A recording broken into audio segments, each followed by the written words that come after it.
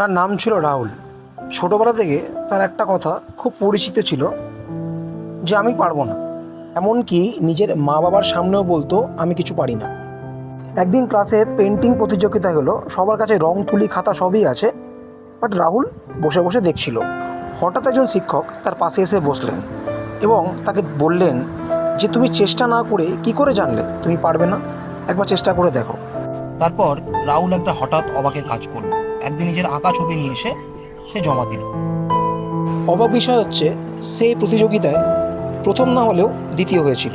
পর থেকে রাহুলকে কখনো ঘুরে তাকাতে হয়নি, আর কোনো বিষয়ে কখনো আমি পারবো না কথাটা বলতে শোনা যায়নি। আর হ্যাঁ, সেই রাহুলই আজকে এক বিখ্যাত গ্রাফিক ডিজাইনার। সেই একটা কথাই রাহুলের জীবনকে বদলে দিয়েছে, আমি পারবো না থেকে আমি পারবো।